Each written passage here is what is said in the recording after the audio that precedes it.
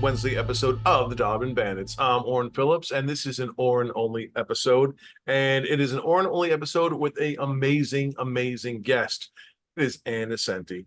Ann is a established writer, editor. As I posted on Facebook, she is a game changer. Look at the work she did working with Chris Claremont on the X-Men books. Look at the writing she did for Daredevil that put the character in a whole new level. Check out something she wrote called The Seeds. It's out there now. Please look it up. It's absolutely fantastic. Anne is an incredible person. She has so many great stories to tell. She's been so influential in comics, and to be able to sit and talk with her was an absolute honor.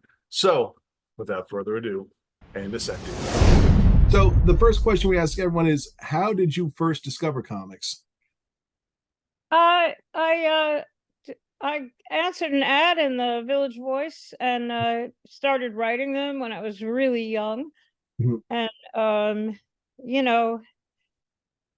spent 10 years in the business and then left to go do more film and journalism. I had always wanted to be a journalist, which I think when you read my early stuff, Longshot was crammed with way too much, and Daredevil, every issue was like something important, I mean, I really started in the game feeling like insecure about just a action adventure tale for the fun of it. It was sort of like, I thought, well, there has to be some important issue like animal rights, or I did nuclear energy. It was the 80s. Yeah. So we were all protesting nuclear power back then. So so that was 10 years at Marvel, also as an editor. And then, because I think I always had this journalistic bent, and Denny O'Neil was one of my main mentors because he had put social issues in his comics, and he was like, do it, go for it. And he showed me his Green Arrows and Batman's, I guess it was. And then I just thought, I got to get this out of my system. I got to try other kinds of writing. And I went off and I did journalism. And I spent 10 years. I had a film magazine called Scenario, and I interviewed directors. And then I started writing scripts and making films and teaching film. But I always had this early first love of comics. And so when the industry got healthy again, because it wasn't that healthy in the early 90s, I guess, right when I left, it was when a lot of the industry just kind of collapsed. And because of Marvel going bankrupt, it's hard to believe now, right? With billions of dollars floating around the Marvel universe that it was ever went bankrupt. But for years my mailbox would be filled with these chapter 11 100-page documents, because that was also back when people didn't send digital files. So they sent me an entire box of the Marvel bankruptcy case. I have no idea why. I guess because I worked there. But and then coming back into comics with Karen Berger and Berger Books is when I felt like I finally, did work that I'm really happy with. Doing The Seeds with David Aja was very personal, and so was doing Ruby Falls with Flavia Biondi. So I was working with two great artists, probably the greatest editor ever, and Karen has the skill to bring personal stories out of people and help you, I don't know, she's just so good with building in enough time to make sure, oops, that's my alarm to get on this Zoom. So Karen was really just instrumental in saying, you don't have to hang a narrative on a superhero. You should try this other stuff, and, I would like to do more indie comics. And, but really The Seeds, which I guess is the main point of this interview today, is it right? The Seeds, Yeah. Is probably like my favorite thing. That and Ruby Falls are my two. Like, I have a lot of affection for everything else, but Mhm. when I look at Longshot, I have so much affection for working with Wheezy and Chris and Arthur, and just like we had a blast, but we were like kids. And it's too dense, it's like such a dense comic that it's like some kind of like arcane thing you dig out of a hole in the dirt somewhere, and it's like some map to the universe that no one can understand.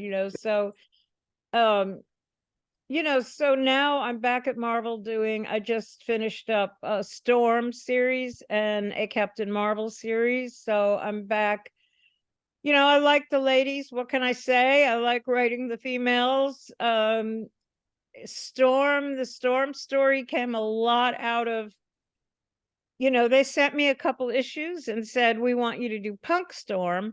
And I was kind of like, I never, because I was in the 80s New York when punk was happening. And other than an outfit that was cool, like really cool, the way Paul Smith designed it, and the idea that she had beat Callisto, and so it was her right to wear the leathers. Mhm. And the Morlocks were always kind of misfitty punk underground. But the Mohawk was like kind of crazy. And when Chris wrote a story, like, so Mark and Drew, my editors, sent me a couple issues. Even though I might have even been Wheezy's assistant back then, I hadn't read them in 30 years. So I read a couple issues and I went, this moment when Rogue enters the X-Men, they let a villain into their mix, Mhm. and Storm puts on the leathers, but she also becomes a little bit hard because she's, knifed Callisto. And Kitty is furious Mhm. at, like, her best friend it wasn't just the haircut, it was that her best friend was cold. Mhm. Because I mean, I started thinking in the metaphor of, like, what if you were now the boss of all your close friends? Like, your close friends, they're like, what do you mean you're now the boss of me? So Storm is suddenly the boss of Wolverine, Colossus, Kitty, so it Rogue. And so it felt like a moment in Chris Claremont history where there was a lot to, as they say now, unpack. Like, why did they let Rogue into their mix? And then I was able to deal with some things that, why did Xavier take Storm out of Africa? That was like her homeland. She could have helped her people in Kenya. Why did they let Rogue into the mix? She's a villain, and which was beautiful because it was kind of like, what is the difference between a villain and a hero? Mhm. She was young. She got sort of groomed, if you want to say a nasty word, Mhm. but maybe it's true. She got a little bit groomed by Mystique and Destiny. They found her and they helped her and they loved her and they raised her like a daughter, but they definitely brought her over to the dark side. So I had a lot of fun with literally just dynamics that Chris had set up. And I know those flashback comics aren't for everybody. Like, you have to have a love of 80s, Chris's 80s X-Men to, Mhm. to buy those and want to see. But I worked with Sid Kotian and Geraldo Borges, and we tried to come up with also a brand new storyline that tests her powers, but also a kind of a a con artist kind of Mhm. thing too. So we had a lot of fun. And then so, and Captain Marvel, I mean, was intimidating because she has the Carol Core. She has like huge fans.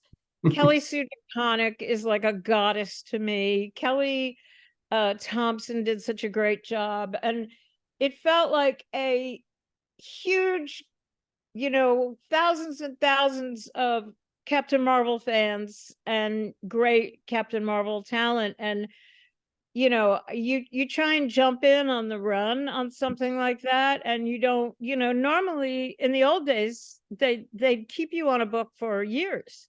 Right. So you'd really, my first 5 issues of Daredevil were like me coming up with weird villains, and I didn't really find my Daredevil story until I brought Johnny Romita and I brought Typhoid Mary in, and then it really started to sing and soar. And so to do a 5-issue Captain Marvel story while you wait for the next writer, it was with a bridge to give the next writer more time. I just came up with a brand new story for her, and rather than doing a deep character thing, because I didn't feel authentic enough yet in her shoes to do any deep character stuff, so they kind of just told me how to play it. She was about to step up as the leader of the Avengers. She's, a little bit arrogant and bossy and always thinks she's right. And they sort of said, oh, she's not with one guy, but she has a crush on this guy in Maine. And, so you kind of like get the framework of where you're supposed to fit your story. And you said The Seeds was a very personal book for you. Is your mindset or the approach you take to the a book like that as opposed to Storm or Captain Marvel different, or do you kind of approach it the same way? I mean, it was very different. I think when you're playing with a toy in a sandbox you don't own, like the Marvel sandbox, you really owe it to the character to do a character. I mean, I was the editor of the X-Men during those Chris stories, so I felt like, I knew Storm well enough that I could, do a character story with her as the linchpin and everything spinning around her. Whereas with Captain Marvel, because she was new to me and I felt like what I just said, I didn't feel like I had the authority to make any big changes, to have her to play with her core nature too much. The Seeds is a collection of obsessions. So like this was 2018, so it was 5 years ago, and I think we started working on it in 2017, and maybe even earlier, I can't remember, but it was a big story. Was that I had friends that had were beekeepers, and their bees were leaving. It was sort of the beginnings of people realizing that social media and too much tech time was bad for young people.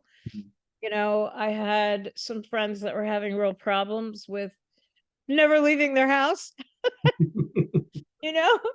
And I knew my own addiction, like that feeling when you've like forgotten your phone and you're like, how do I do this? How do I go to the hardware store without my phone? And you realize you can go to the hardware store without your phone, because so what? You'll get a phone message when you get home, like the old days. So I feel like those of us that were raised pre-internet, we still remember being untethered, like completely untethered. You'd go out in the morning with your knapsack and run around and do stuff all over the city, and unless you like had an extra quarter and could find a phone box and check your messages at home, no one really could communicate with each other. So there was a great joy in that, in never being responsible. Now we're all very tethered, and everyone can find us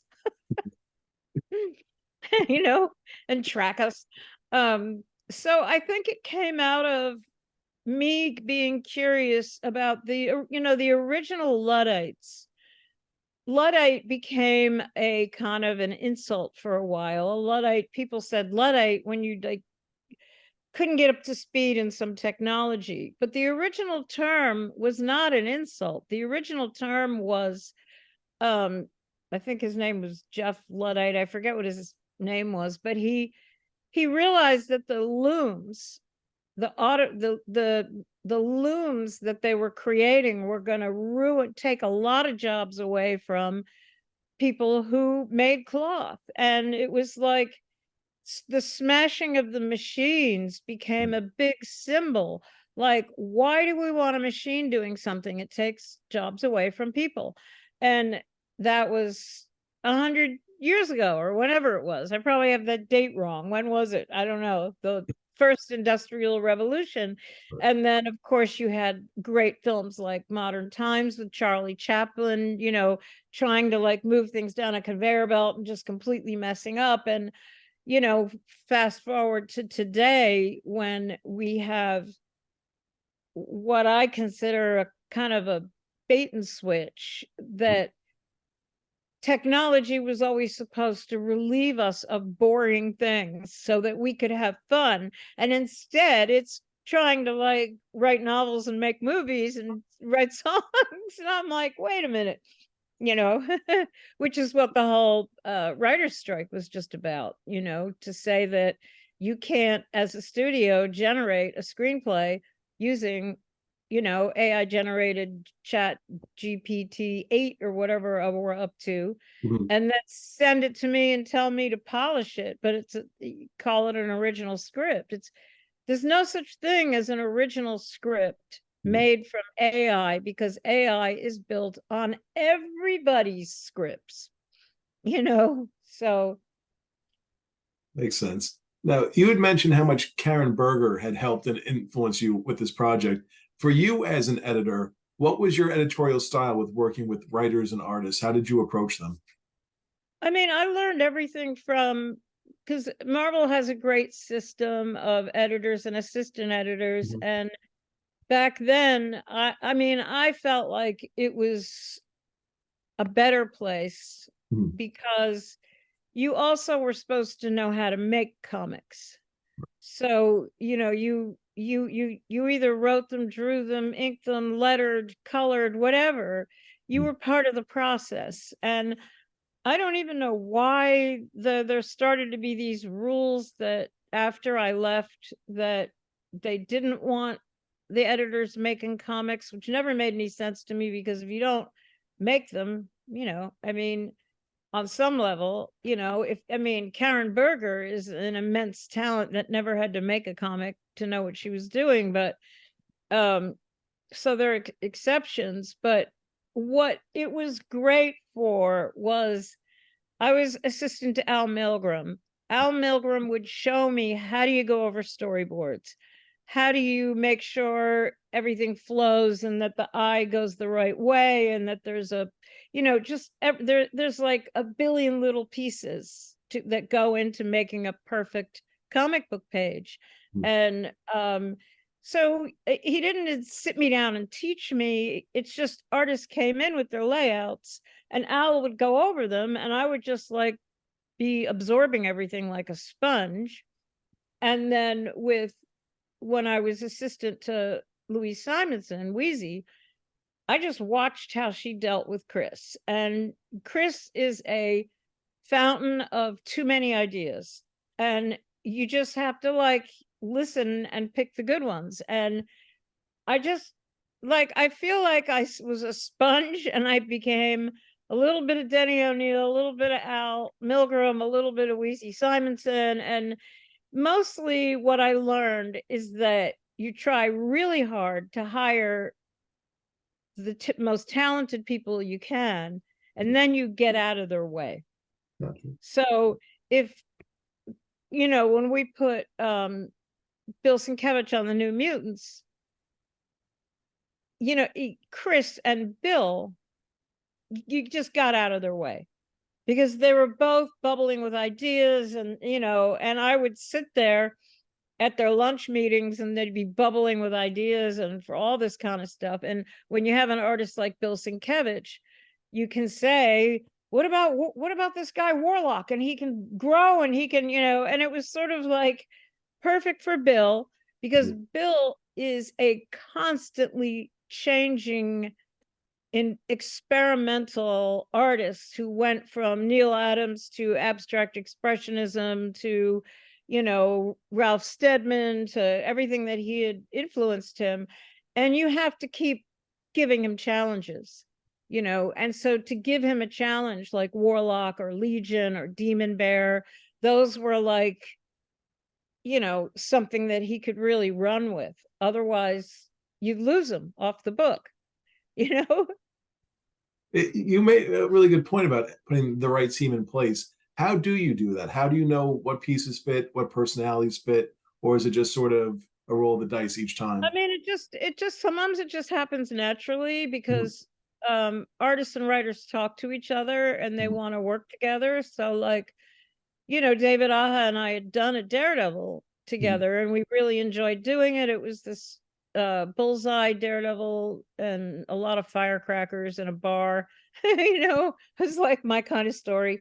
And then years later, David just sent an email, "What are you doing?" And that's perfect, because when an artist comes to you and says, "What's in your brain?" and you tell them what's in your brain, and in my case, I said, you know, the death of journalism, aliens, bees, you know, and then David comes back with what's in his brain, and if it meshes, you go for it.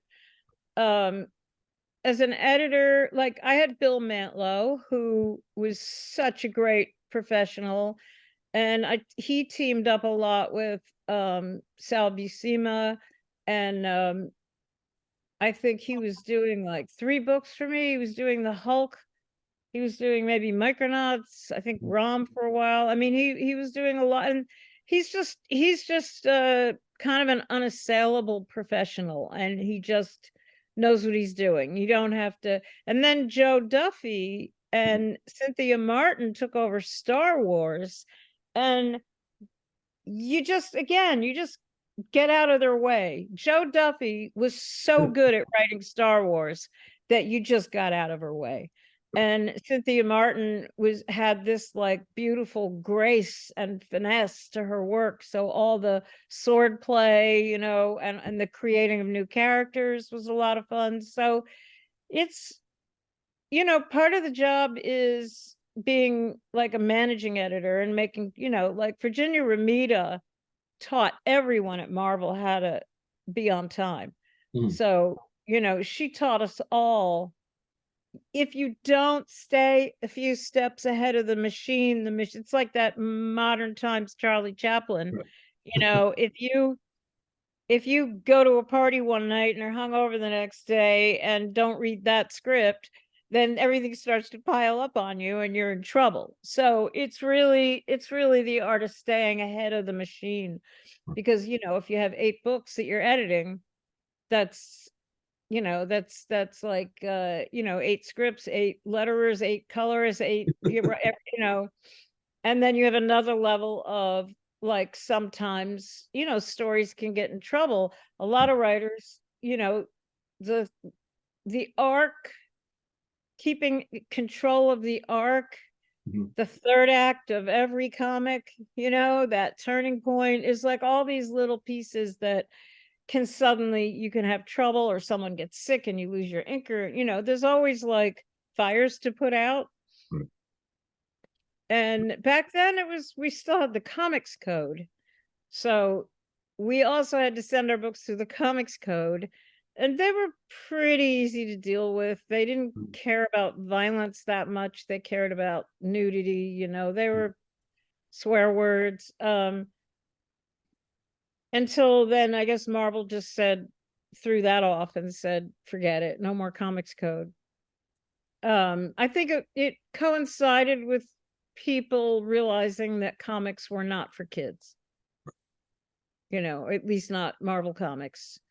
You know, we only had, like, I love that Louise Simonson came up with Power Pack, because then we had a comic for kids. And in fact, I think she's bringing Power Pack back, which is great. And now Marvel has Moon Girl, who I love, Moon Girl and the dinosaur, you know, that's a great one for kids. So, you know, it is, people always think of comics are for kids, but for a long time, Marvel didn't have a lot of content for kids. It was all very violent. Mhm. When did you feel as an editor and as a writer that, confidence that I made the right decision, I belong here, and I'm very good at what I do?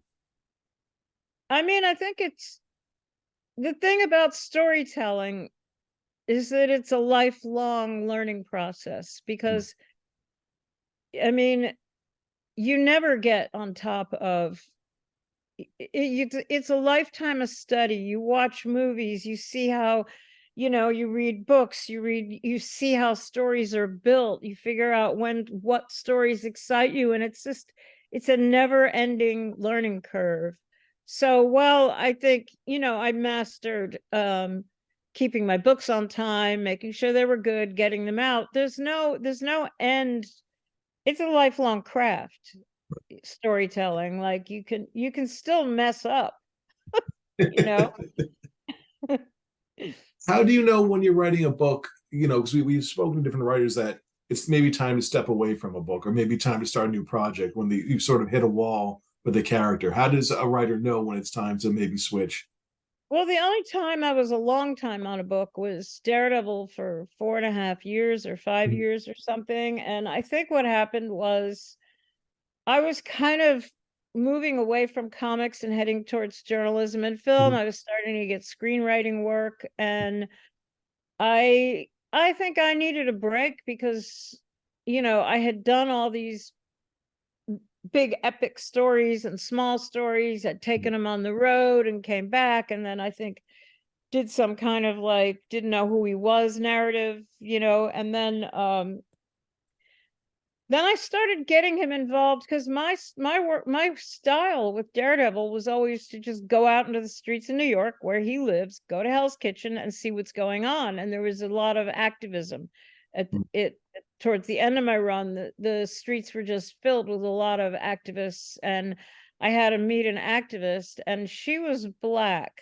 Mhm. And I was getting like the feeling that, I wanted them to be a couple. And I was getting the feeling from people above me that Marvel wasn't really ready for that, or, and it was just a feeling. And the places I wanted to take Daredevil were maybe a little too, like, I don't know. I thought there'd be a place for him in the underground activist culture. So I never really got to explore that because then I left the book. Mhm. And it's usually a mutual agreement, like the editor's like, hey, you don't have any more stories left, did you? And I'm like, yeah, maybe you're right. You mentioned, journalism and film. Could you have seen a career where you picked one of those paths and just went all the way with it? Or did comics, journalism, film all kind of blend into each other and you needed all three to be where you were? Yeah, they all blended in, and you could say, maybe I have like undiagnosed ADHD or something, but I get very restless and I'm Mhm. always looking for. It's sort of like what I was saying about Bill Sienkiewicz. He's always needs a challenge after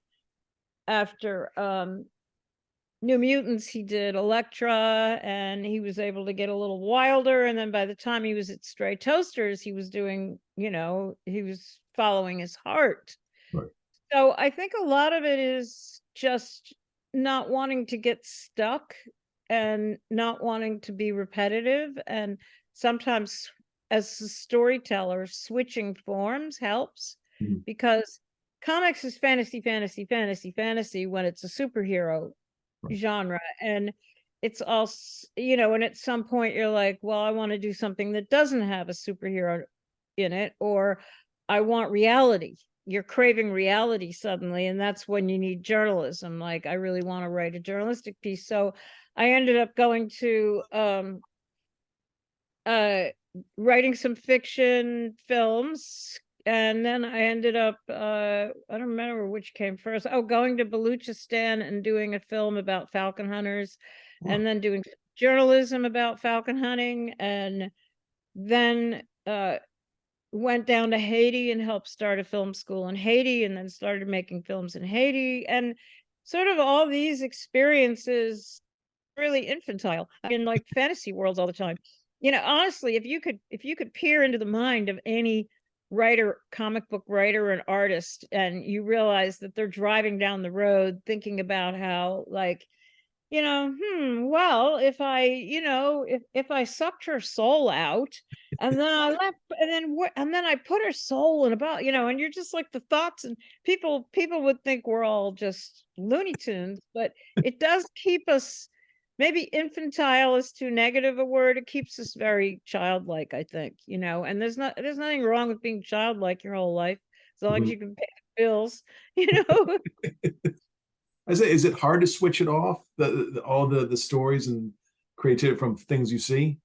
What's weird is that if I'm not working on a story, I I miss it. It's almost like, I learn a lot from watching dogs. When a dog doesn't have a bone to chew on, Mhm. you can tell they're just kind of like, where's the next bone? And I'm kind of like that with the stories. Like, I really crave the next story to roll around in my head.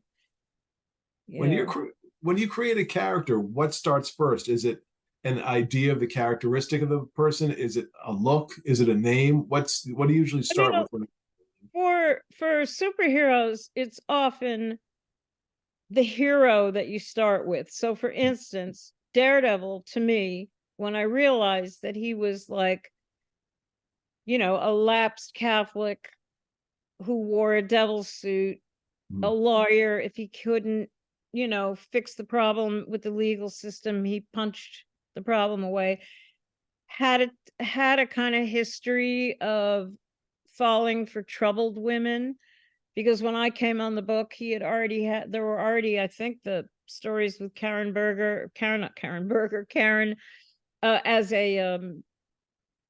as a junkie, maybe, and Elektra, of course, as an assassin. So out of knowing his history and his character, Johnny Romita, and Ralph Macchio and I, our editor, usually the editor and the artist, you kind of just get in sync, and decided to create a female who was a villain and seduced the different sides of Matt. And so we created her for Daredevil, designed to mess with Daredevil's head. That was her whole reason for coming into being.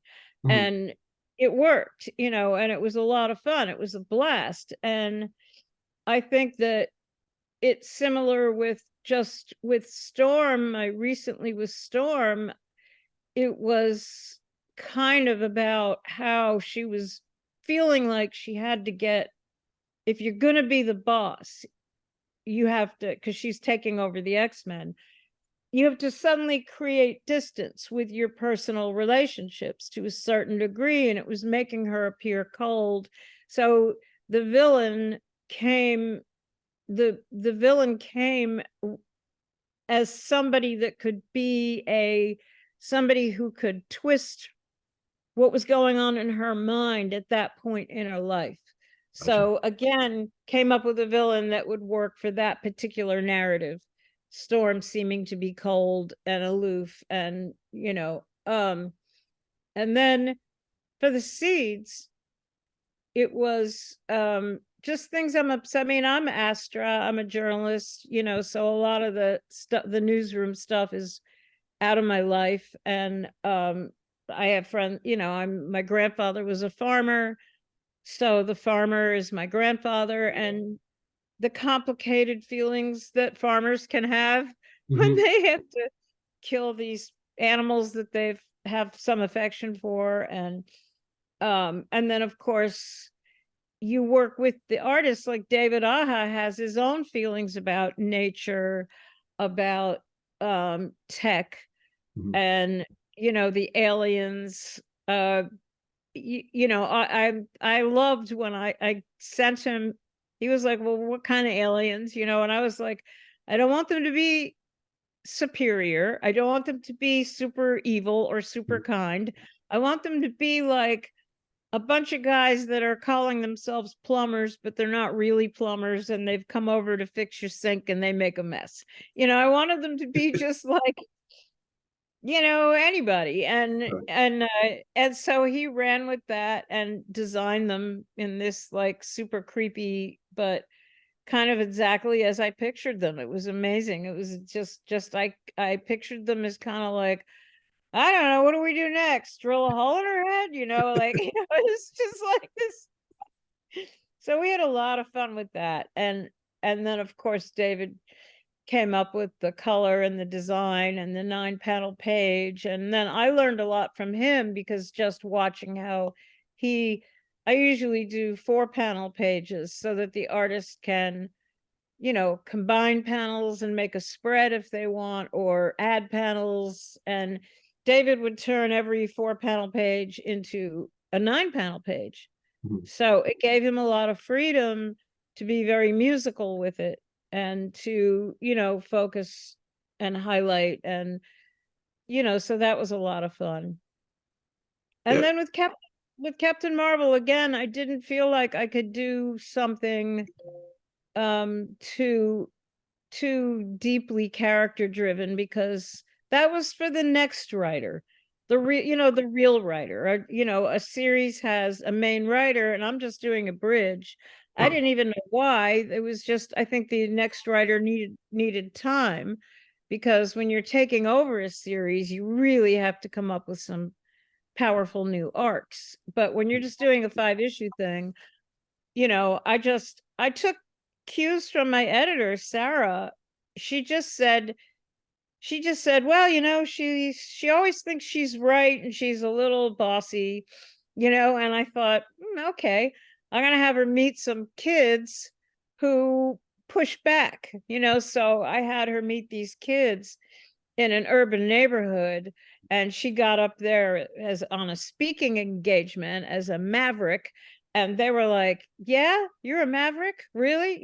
So that was fun. But again, it's all from the main character. Mhm. My cue from my editor was that she has this arrogance and can be bossy, therefore then you create something that hits up against that. And with Captain Marvel, of course, it has to be a big space epic, Right. because that's what her book is. And I kept proposing villains, and every villain I proposed, they were like, oh no, you can't use that one, you can't use that one, that one's busy. And finally I was like, let me just Google like Captain Marvel villains that no one cares about, you know? And there was a list of these characters, and there I was like, wait a minute, Nitro. His name is Nitro and he explodes. Like, that's a cool character. Why does no one care about Nitro? So, I put Nitro in it, and then there's this symmetry because Nitro killed the original Captain Marvel. Mhm. So there was symmetry in that. And since he would be considered an older character, even though in Marvel time, I think people age 1 year for every 10 years, so he wouldn't be like 18 anymore. He'd be 20 something, but he feels older. And I had him being really frustrated with tech. Mhm. Like, he's got headaches. The guy that explodes has headaches, and he keeps getting these robo doctors, and they're putting him on hold, and they don't realize that a robo doctor putting Nitro on hold means the whole Marvel universe could explode. Right. So that was really fun to do. Well, let's talk about villains. There's one you created. It was one of the few times reading comics that I felt really uneasy about a villain, and that was Rotgut for Daredevil. How did he come Yeah. together? Because he was really a dark, dark character. Well, I think that it was like I said earlier, when Ralph put me on Daredevil, and I think what was happening was Frank was leaving Daredevil, and I think that Frank Miller's run was extraordinary, and I was very new to comics. I had just gotten a job at comics. I didn't know much about comics, and so I don't think I was as intimidated by some people. Just understood that following Frank Miller was going to be you no matter what you did, it was going to be a drop. And so I think a lot of writers just didn't want that. And then Ralph, I guess, was sort of trying out a few writers. Like, I think maybe Danny Fingeroth or someone else. There were like he gave fill-ins to like 3 different writers. None of us knew that we were being considered for the book. I just thought it was a fill-in. So I did a story with Barry Windsor-Smith, and we had a blast working together. And, you know, Ralph said, I like what you did. So do you want the series? And I said, I'll try. And then it's like what I said, that I didn't know Daredevil well enough yet to write Daredevil stories. So I started by writing villain stories. So Rot Gut was just, I mean, you live in New York City, you have no idea that we live on top of the most ancient, rotted pipe system. I mean, when my block in the city, they're like constantly jackhammering, and you look down there and you're just like, the rats everywhere, the pipes are all rusted. And I mean, it's so I think he came out of that. He came out of like the sewers of Manhattan. And then again, just not quite knowing what I wanted to do with Daredevil yet. So I think there was like some alligator guy. I think I had an alligator come out of the sewer, you know, something. I mean, I think I did a series of kooky villains. And then probably my very wise editor, Ralph Macchio, said, you're ignoring the hero, you know? And I had to, you know, and that's when Johnny and I came up with Typhoid Mary. With the rise now of creator-owned books, you know, the Kickstarters and stuff like that, and it's something that you mentioned before, that you don't have to do a superhero comic to do a comic book. Do you think that's sort of going to be the trend now going forward, of people doing real life experience comic books, or books that just tackle different issues other than the superhero genre? I mean, I think there's room for everybody. I think that there's so many human voices, like everybody has a voice, you know. You have a story. I mean, I learned that a lot teaching film in Haiti, and I taught film in the Arctic Circle and on indigenous reservations, and people who had never thought of themselves as storytellers. You find out everyone's got a story. You just have to pull it out of them. And if they have lived something interesting in their life, in their childhood, and where they live, there's a story, you know, they have a story. So I like the idea of many, many, many stories, like getting more and more voices out there. And so I'm always going to love both superheroes and indie. And, you know, and now this, you know, I mean, I am definitely a little bit worried for young writers. Like, I wouldn't have wanted to start, writers and artists, I would not have wanted to start in the comic book industry at the moment when AI generated content is getting better and better. I mean, it's a little bit like a little scary, you know. And if it keeps getting better and you know, the comics industry never had a union. So the only reason the writers union and the WGA got traction is because they've always had a union and they can all stand together. In comics, I think Neil Adams tried to start a union once. There were a couple times, and the companies just say no. So and then the other thing is young voices. Like, I've gotten to tell a lot of stories. I want to hear what young people are thinking, you know. So it's great that Marvel still hires us old timers to do stuff, but I'm always really happy that there are always new young voices coming into comics. Yeah. You had like you said, a long run on Daredevil. It seems like the norm now in comics is a writer will have maybe a 6-issue run, or do just one story arc and then bounce to maybe a different book. Yeah. If you were starting in the industry now, would you rather have the security of a long run on one book, or would you rather jump to different books to try different things out? I mean, I I liked being on Daredevil for that long because I really got in his skin and I got to know him, and I knew you know, there are like your first issues are not gonna, you're not really gonna nail the character yet. Um you know, some people can. I remember when who was it? Tom King, one of the Toms. Mhm. Somebody who did Vision. Okay. Did a Vision mini and put them as androids in suburbia. I mean, that was a great idea. Mhm. You know, it was like, so once in a while somebody steps in and just nails it right away, but a lot of time you need to feel the characters for a while. And then I can see in Daredevil, I can see that we really hit it with the Typhoid Mary stories, and then the whole hell going to hell narrative, and then a beer with the devil, and then, you know, and then at some point I could feel it kind of fizzing out, like, you know, I had peaked. And you don't want to stay on too long after you peak. So yeah, and it's not easy to step in and just do 5 issues, because it is like, you know, so I don't know, I think both are good, you know. Mhm. And a lot of it has to do with something that's above your pay grade.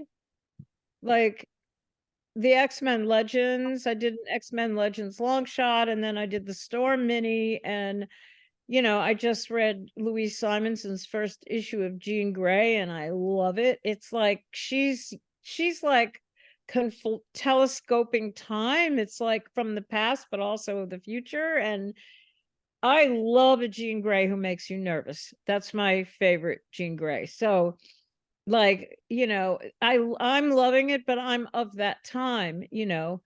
Um and so it's kind of like, I think Marvel's experimenting. Is there a market for people that grew up on Chris's 80s X-Men for more stories in that time period? And, you know, Storm sold out and went into a second printing. So I guess there is an audience, but, you know, I think that it's just fun. They're just saying, well, let's try this and see what happens. There's one project that you worked on that you think doesn't get talked enough about. What would it be? What would be one thing that you really put your heart into and that you it doesn't get enough press that you think? I mean, I think that, you know, I can't think that far back, but Mhm. I I think probably most recently, you know, Ruby Falls, which was a graphic novel with Karen Berger at Berger Books and Dark Horse. It was about 3 generations of women. Mhm. Uh, it was female artist, female editor, female writer, and it was a gentle story, even though it was a noir story about a fallen woman and it had crime in it. And for some reason, it just didn't get the traction. It Mhm. didn't, you know, and I was sad about that. So Mhm. yeah, I think it's a lovely story, and I was a little bit sad that it didn't get any traction, you know, at all. You know, we got reviewed well, but then it vanished, you know, whereas like, you know, other stuff I've done just keeps coming back and back and back. You Mhm. know, like, I mean, I go to conventions and, you know, I'm always so happy when someone brings me a copy of Ruby Falls to sell. I'm like, you read it? To sign it, you know, Yeah. you read it? Wow, you know. So that's always fun. What are some projects you're working on now that folks can look forward to? I am right now talking to Marvel about what I'm gonna do next, but I'm not sure what it's gonna be yet. So you know, and on the side I'm trying to write some other stuff just for myself, Mhm. because you know, so I don't really know yet. But that's the life of a freelancer. You Mhm. really spend quite a lot of your time not knowing what's next. Well, as a If you're fan, like me, answers that are more organized about it, and they yeah. have, you know, the next 6 months I'm going to do that, and then next year, and then, you know, and I'm just I get into a project and I don't even think about what's next until that project is out of my brain. So I've never been good with the making sure I have the next gig. Are there any folks specifically you'd love to work with again, or haven't worked with yet that you'd love to work with? I loved working with Paula Villanelli, who did the Captain Marvel series. Mhm. He has this like he has this speed, and it's so, his work is so kinetic, it's so lush. Mhm. He draws so well. I mean, there are artists that learned how to draw through comics, Mhm. and you can tell that they're drawing in a you can tell who they're emulating. And then there are other artists that are it's liquid out of their fingers. They're just great artists, and he can draw anything you throw at him, he can draw. So he was mostly known for Star Wars. He did a lot of Star Wars comics, and I'm sure he's going to be, I mean, the Captain Marvel stuff he drew is so gorgeous. I'm sure he's going to be working forever now. So I loved working with him. I would love to work with him again. Love to work with Flavia again. Flavia Biondi. Try and make something that sells this time. But when something doesn't sell, it really doesn't matter. I was just in Memphis, and this woman came up with her daughters, and her daughters had read it, and that made the whole convention to me. So I was, so even if like you go to a gig and you're supposed to get up on stage and play, and there's only 2 people in the audience, you still play as well as you can play for the 2 people that have showed up. Do you realize the impact you had on fans with your writing and editing and all the projects you worked on when they come up to you? Is it I mean, I was definitely pretty oblivious to it all when I was writing the work.